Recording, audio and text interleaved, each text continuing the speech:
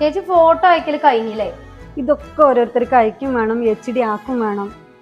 അതിനെന്താ HD ഇതില് ഓരോരുത്തരും സെലക്ട് ചെയ്യുന്നു വേണ്ട, അതിലൊരു സെറ്റിംഗ്സ് ഉണ്ട്, നമുക്ക് അത് ചെയ്താൽ മതി. അതെങ്ങനെ? ഇതിലേ നമ്മൾ ഈ വാട്സപ്പില് സെറ്റിംഗ്സ് ഓപ്പൺ ചെയ്ത് കഴിഞ്ഞാൽ അതിൽ സ്റ്റോറേജ് ആൻഡ് ഡാറ്റ വേണം. അതിൽ മീഡിയ അപ്ലോഡ് ക്വാളിറ്റി എടുക്കുക. ഇപ്പൊ ഇത് കണ്ടോ, സ്റ്റാൻഡേർഡ് ക്വാളിറ്റി പറഞ്ഞിട്ടാണ്. അത് നമ്മൾ HD ആക്കുക. ഇനി നമ്മൾ ഏത് ഫോട്ടോ അയച്ചാലും അത് ഓട്ടോമാറ്റിക്കായിട്ട് HD ആവും. ഇത്ര സിമ്പിൾ ആയിരുന്നു. സിമ്പിൾ കാര്യമാണ്. ഇതുപോലെ വേറൊരു സെറ്റിംഗ്സ് നമ്മൾ ചെയ്യാണ്ട്, ഇമ്പോർട്ടന്റ് ആയിട്ടുള്ള കാര്യമാണ്. അത് ചേച്ചി ചെയ്തിട്ടുണ്ടോ നോക്കട്ടെ.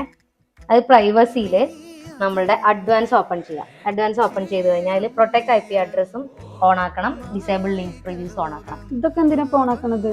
ഇതെന്തിനാ വെച്ചാല് നമ്മളുടെ IP അഡ്രസ്സ് നമ്മൾ വേറെ ആർക്കും ഷെയർ ചെയ്യാൻ പാടില്ലാത്തൊരു അഡ്രസ്സാണ് വാട്സപ്പ്.